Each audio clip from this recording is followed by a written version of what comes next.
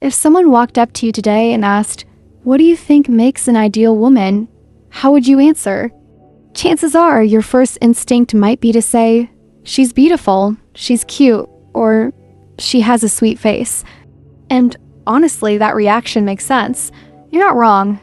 Because from the moment we're young, we've been quietly conditioned to believe that beauty is the starting point of a woman's worth. Little girls are constantly told they're pretty, adorable, or that they look like little princesses. These compliments, though kind on the surface, carry an underlying message. Being beautiful is expected, it's praised, and it's essential. Meanwhile, boys are told they're strong, smart, brave. Words that emphasize action, ability, and growth. And so, from childhood, a subtle but powerful divide begins to take shape. Boys are encouraged to become someone, while girls are encouraged to be seen a certain way. That's why, even as adults, when we're asked about the ideal woman, so many of us instinctively focus on appearance. Not because we lack imagination or depth, but because we've been taught over and over that a woman's value is most visible in the way she looks. Being beautiful is the first thing they should be. From a very young age, girls are showered with compliments that revolve almost entirely around their appearance. They're told they're pretty like a princess, so fair and cute, or that they look just like a doll. These phrases are said with love, of course, by parents, relatives, neighbors, even strangers. But what seems harmless on the surface slowly plants an idea that being attractive is their most valuable quality. That looking a certain way earns approval, affection, even attention. Meanwhile, boys of the same age are more often praised for things like being strong, brave, smart, or a little genius. They're encouraged to explore, to be curious, to build, to lead. These compliments highlight abilities, not appearances. And so, almost without realizing it, society begins to draw an invisible but powerful line between what we expect from boys and what we expect from girls. As time passes, those early messages don't just disappear, they sink in. They grow louder inside our heads. That's why, by the time girls reach their teens or early adulthood, many of them carry a quiet but heavy belief that they are not truly enough unless they are considered beautiful. Not smart enough, not kind enough, not talented enough. Just not enough unless someone sees them and says, "You're so pretty." We scroll through social media and see the transformation videos, makeovers, glow-ups, weight loss journeys, skincare routines, before and after edits. And as much as we cheer others on, there's often a silent voice inside that whispers, "When will it be my turn to look like that?" We start curating ourselves, choosing the most flattering filters, posing at just the right angle, editing away our so-called flaws. Not always because we enjoy it, but because we're afraid of being invisible, of being overlooked in a world that seems to value beauty above all else. Many girls today know exactly what a perfect girl should look like: online smooth skin, a slim waist, glossy lips, effortless style. But ask them who they want to become. Beyond the mirror, beyond the screen, and you might be met with silence. Because we've spent so much energy trying to look the part, we often haven't had the space or freedom to ask, what kind of woman do I actually want to be? And perhaps the saddest part is that we're still judged, more often than not, by how we look. At school, girls who are conventionally attractive often get treated differently. Sometimes with more attention from teachers, sometimes with more social capital among peers. In job interviews, multiple studies have shown that appearance can affect hiring decisions, especially for women. In dating, the pressure is even more intense. Profiles, first impressions, swipes left, or right all heavily based on looks. Even in professional settings, women often feel the need to look put together to be taken seriously, while the same pressure doesn't fall equally on men. Being beautiful or fitting into a specific standard of beauty is still seen as a kind of silent currency. But should it be the only one? Should it carry this much weight? Because here's the truth. When beauty is seen as the most important trait a girl can have, everything else she gets pushed to the background. Her intelligence, her kindness, her ideas, her talents, her resilience. None of those shine as brightly when society keeps focusing the spotlight on how she looks, and that's not just unfair. It's limiting. It holds girls back from realizing how multifaceted and powerful they truly are. If beauty is all you have, is that really enough?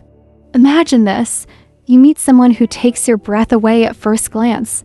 Their features are flawless. Clear skin, perfect bone structure, an aura that turns heads in every room they enter. But then they open their mouths. The way they speak is laced with arrogance. They belittle others, interrupt conversations, and carry themselves with an air of entitlement. Suddenly, that dazzling appearance starts to fade. Their beauty feels shallow, even empty. It's no longer magnetic. It's uncomfortable. Now imagine someone completely different. A girl who might not immediately catch your eye in a crowd. Her features aren't the kind that go viral, and she doesn't look like she just stepped out of a fashion shoot. But then she starts to speak. She talks about the books she's been reading, the ideas she's been reflecting on. She asks thoughtful questions and listens, really listens when others speak. She remembers the small things, offers kindness without performance, and carries herself with quiet confidence. Before you know it, you're leaning in closer, drawn to her presence, her clarity, her energy. You don't even notice whether her eyeliner is perfect or what brand her outfit is. You just know she has something rare. Because real beauty, lasting beauty, isn't just what we see. It's what we feel. It's the impact someone leaves after they walk away. It's the way their energy lingers in a room. A girl might not have a so-called perfect body by society's ever-shifting standards, but maybe she's the one who handles crises calmly. She's the eldest daughter who takes on family responsibilities while juggling school or work. Maybe she runs her own small business, staying up past midnight every night packing orders by hand because she believes in building something of her own. Maybe she's the one who always shows up for her friends. Not just for celebrations, but in hospital rooms, late-night phone calls, or during the silent struggles no one else notices.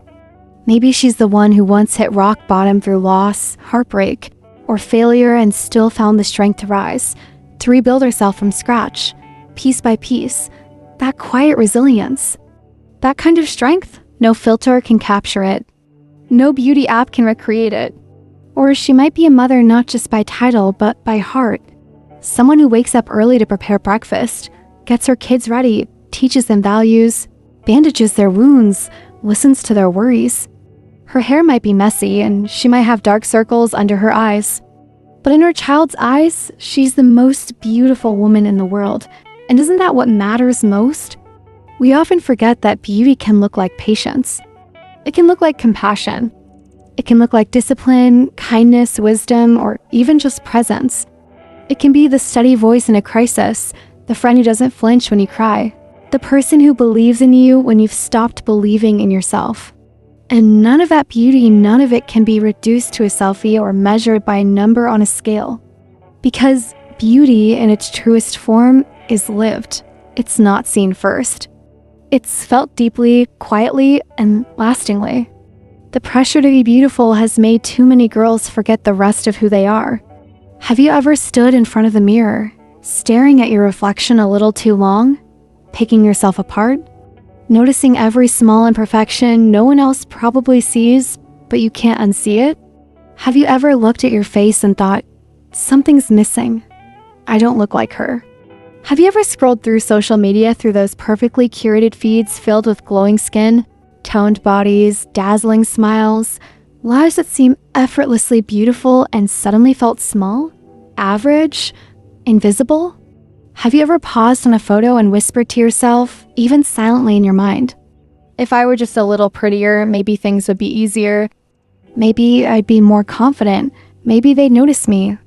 Maybe I'd finally feel like I matter.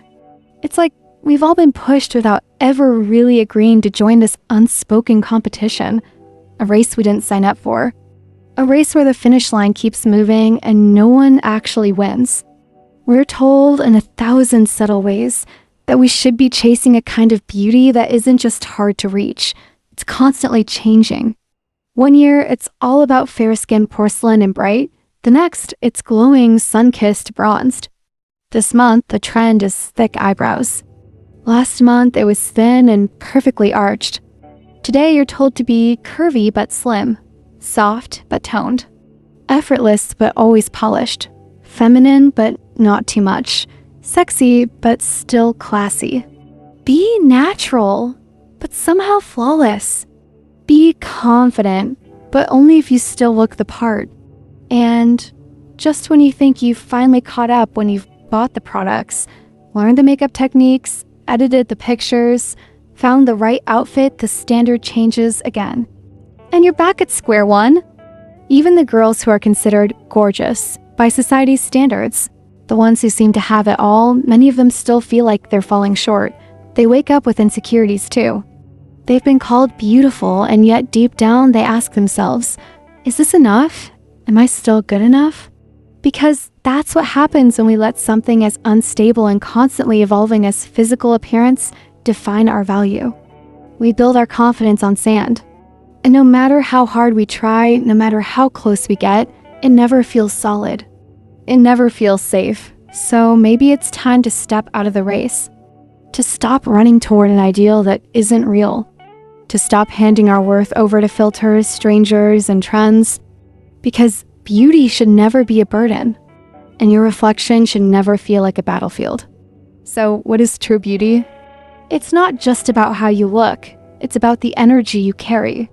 It's shown in the way you live honestly with your emotions, in the strength it takes to accept your imperfections, and still choose to value yourself.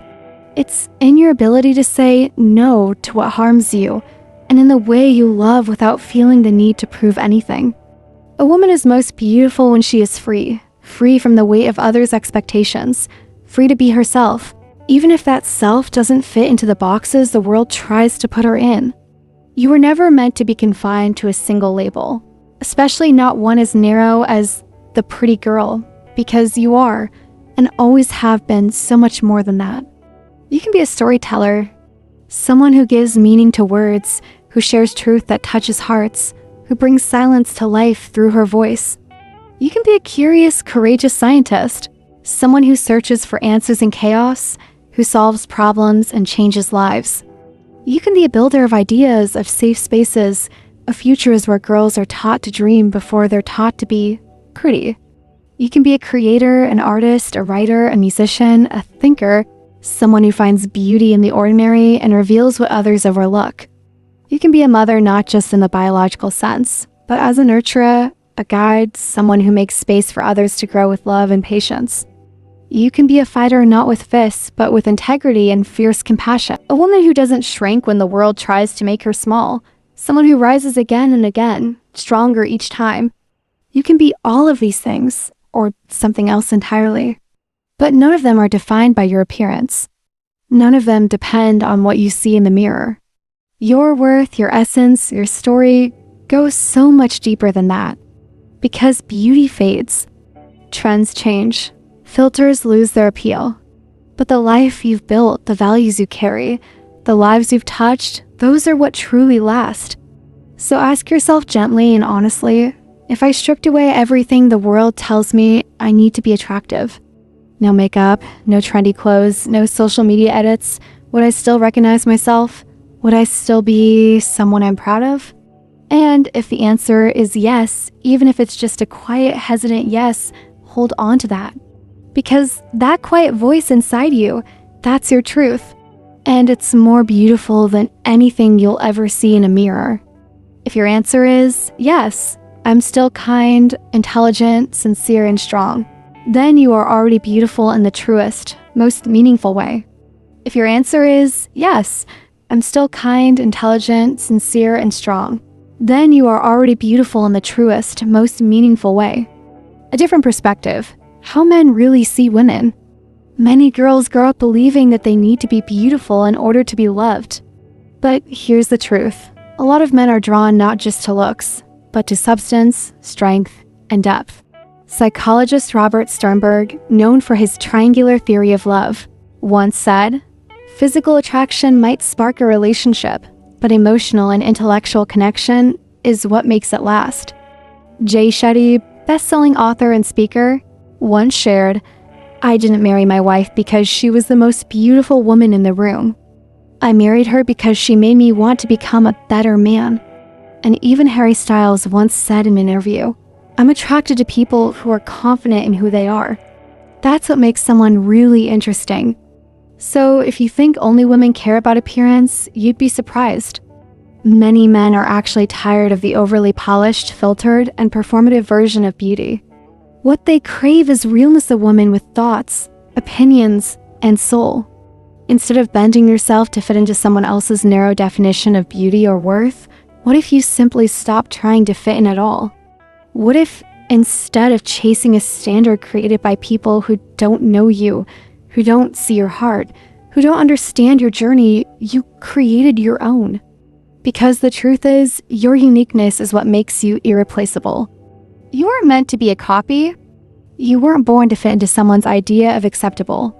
You are not a trend. You're not a hashtag. You're not a filter. You're not someone else's version 2.0.